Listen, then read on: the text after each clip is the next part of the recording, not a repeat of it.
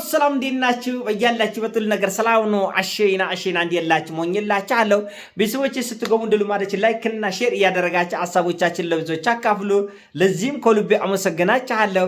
ለሞላው ለክርስትና እምነት ተከታዮች በሙሉ እንኳን ለብርሃነ ትንሣኤው በሰላም በፍቅር በአንድነት አደረሳችሁ። በዓሉ በያላችሁበት አሸይና የሰላም የፍቅር እንዲሆን እሞኝላችኋለሁ። ዛሬ ወደ ሚዛናችን ይዞ መጣ ነው ዶክተር ቴድሮስ አድሃኖም ነው። ዶክተር ቴድሮስ አድሃኖም የዓለም የጤና ድርጅት ዋና ዳይሬክተር የሆኑት እንግዲህ በዓለም አንዱ ሞቶ ተጽዕኖ ፈጣሪዎች ውስጥ መካከል አንደኛው እሱ ነው ብለው እንግዲህ መረጃ ወጥቷል ማለት ነው። በምን መስፈርት ነው በዓለም ተጽዕኖ ለመፍጠር የቻለው? በምን መስፈርት ነው? ዶክተር ቴድሮስ አድሃኖም መጀመሪያስ እንዴት ተመረጠ? ከተመረጠስ በኋላ እንዴት ድጋሚ ተመረጠ? እንደምታውቁት ዶክተር ቴድሮስ በተመረጠ የመጀመሪያ ተርም ላይ ነው እንግዲህ ኮሮና መጥቶ ዓለምን በሙሉ ያ ሁሉ የሰው ልጅ እንደ ቅጠል የረገፈው የሰው ልጅ ያለቀው የዓለም ኢኮኖሚ እስካሁን ድረስ ሊረጋጋ በማይችል መልኩ የተናጋው ዶክተር ቴድሮስ አድሃኖም የዓለም የጤና ድርጅት በነበረው ጊዜ ነው እና ይህንን ተከትሎ አሜሪካ ዶክተር ቴድሮስ አድሃኖም መጀመሪያ ኮሮና ሲቀሰቀስ መረጃውና ማስረጃው ነበረው። ነገር ግን ለቻይና ወጉ ነው ከቻይና ጋር ተጠቃቅመው ነው ያሉት አሜሪካኖች። ተጠቃቅመው በሽታው ዓለም እንዲያቅ ባለማድረጉ ምክንያት በአንድ ጊዜ ዓለምን አጥለቅልቆ ይሄ ሁሉ የሰው ልጅ አንዳንድ ቦታ ላይ መቅበሪያ ሰዓትና ቦታ እስኪጠፋ ድረስ የሰው ልጅ እንዲያልቅ በማድረጋቸው ምክንያት ለዓለም የጤና ድርጅት የሚሰጠውን ከግማሽ ቢሊየን በላይ የሚሆነውን ዶላር ከልክያለሁ ብላ ነበር እና እንደምታውቁት ዶክተር ቴድሮስ አድሃኖም ወይ ራሱ ይለቃል ያለበለዚያ ጊዜውን ጠብቀው ያነሱታል ከስልጣን ተብሎ ነበር። ነገር ግን ዓለም አውሮፓውያኖችና አሜሪካኖቹ የነሱን ጥቅም ከበስተጀርባ የሚያከናውንላቸው ማንኛውንም ግለሰብ ይሸልማሉ፣ ያደንቃሉ፣ ስልጣን ይሰጣሉ፣ ቦታ ይሰጣሉ፣ የሚዲያና የፕሮፓጋንዳ ከቨር ይሰጣሉ።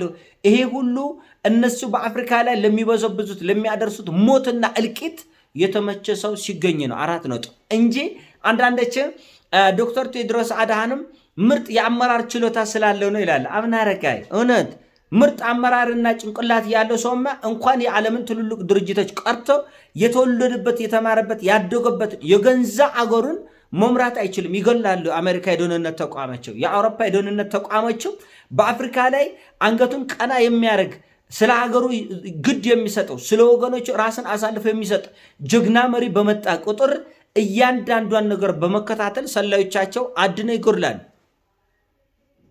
ስንት መሪዎቻን አፍሪካ ያጣችው ጀግና መሪዎቻን አገር ወዳዶቻን አፍሪካ በድህነት እንድትማቅቅ የአፍሪካ አልማዝና ወርቅ እንቁ እያፈሰ መሄደው ማን ነው? አሜሪካኖቹ አይደለም? ሊቢያን ያፈረሰ አሜሪካኖቹ አይደለም? አፍጋኒስታን ያፈረሰ አሜሪካኖቹ አይደለም? ኢራቅን ያፈረሰ ማን ነው? ሶሪያን ያፈረሰ ማን ነው? ዶክተር ቴድሮስ አድሃኖም ምርጥ ስለሆነ ምርጥ መሪ በዓለም በተገኘ ቁጥር ወደ ሲኦልነት የሚቀይሩ ናቸው አሜሪካኖች።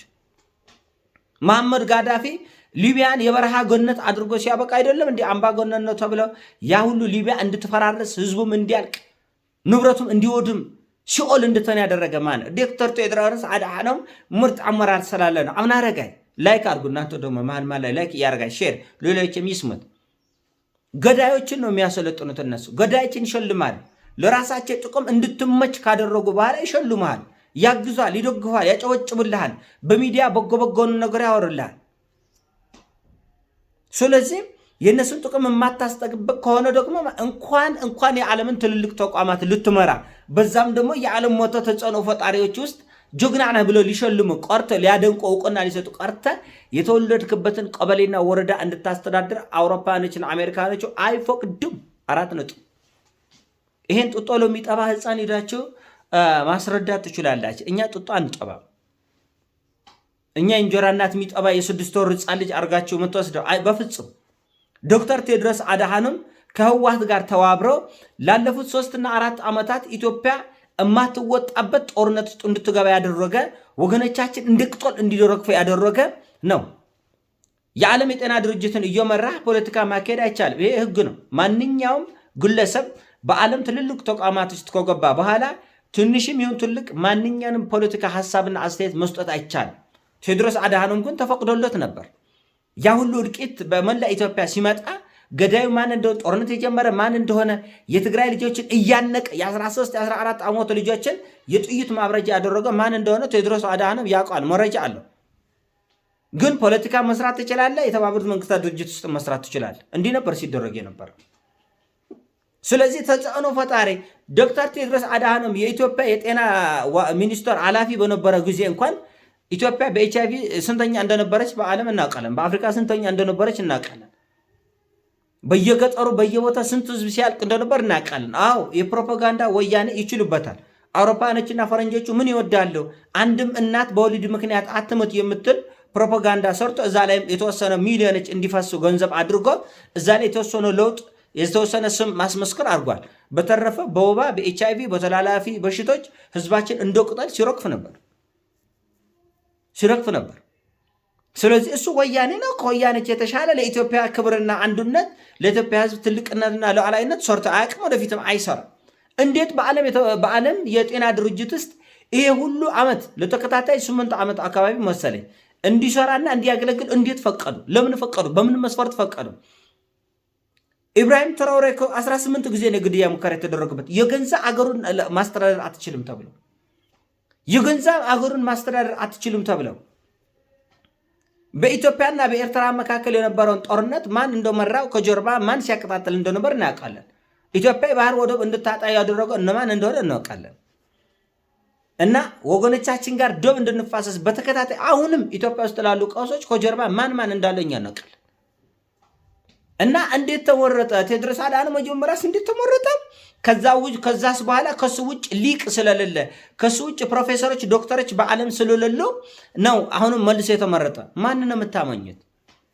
እኛ እንጀራ እናት በሙላስ በእንተናችን ስንጠባ ምንሉ የ6 ወር ህፃንን እንዴ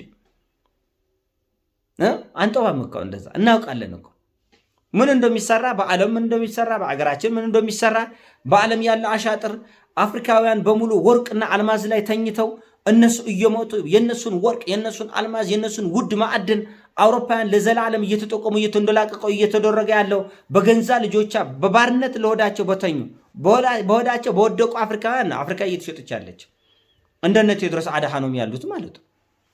በሆዳቸው የወደቁ አፍሪካውያን ናቸው አፍሪካን ህዝብ ለባርነት እንዲሸጥ ያደረገ እናውቃለን። ለማን ትነግሩታላችሁ? ለኛ ነው የምትነግሩት? ኢብራሂም ትራኦሬ 18 ጊዜ ግድያ ሙከራ የተደረገው እንግዲህ የሚደረግለትን ጥበቃ ያለውን ደህንነት እናንተ ታውቃላችሁ። ይሄ ግለሰብ ግን 18 ጊዜ ግድያ ሙከራ ተደርጓል። 18 ጊዜ እንደውም ባለፈው ሁለት ዶግማል መሰል 20 ደርሳል። የግድያ ሙከራ ማለት የገንዛ አገርን መምራት አትችልም የኔ ጌታ። በምዕራብ አፍሪካ ያሉ አገሮች በምዕራብ አፍሪካ ያሉ መሪዎች ውጡልን ብለው አባረዋል። እነማንን? የአፍሪካ መሪዎችን ማን ነው? የአውሮፓኖችን ፈረንሳይን እንድትወጣ ቡርኪና ፋሶ፣ ኒጀር እዛ አካባቢ ያሉ አገሮች አንፈልግም። ፈረንሳይ አሁንም ቀኝ ግዛት እየገዛችን ነው። አሁንም ህዝባችንን እየበዘበዘች አገራችንን እየመዘበረች ነው። ስለዚህ ውጭ ብለው አስወጡ፣ እንተያያለን ያሉት። ኢብራሂም ትራኦሬን ስንት ነው? በሚሊዮን የሚቆጠር 10 ሚሊዮን የሚጠጋ ደሞዝ በየወሩ እንክፈል አይደለም ያሉት። ይሄ ምነው ዓለም የሚያውቀው ፀሐይ የሞቀው ጉዳይ አይደለም። አልፈልጉም ነው ያለው ኢብራሂም ትራኦሬ። ለምን 400-500 ሚሊዮን ዶላር ብድር እንስጥ አሉት። አልፈልግም፣ እንደውም እንኳን ብድር ልትሰጥኝ የሰጣችሁኝን ብድር በሙሉ ውሰዱ ብለው ሙሉ በሙሉ ነው ያስረከባቸው ገንዘባቸው። ከኔ ጋር እንዳደርሰው እኔም ከእናንተ ጋር አልደርስም። 4 ነጥብ። ስለዚህ አፍሪካ ለዘላለም ልጆቿ እየታደኑ እንደተጎደሉ ደማቸው እንደፈሰሰ እናውቃለን። ቴድሮስ አድሃኖም ግን እንዴት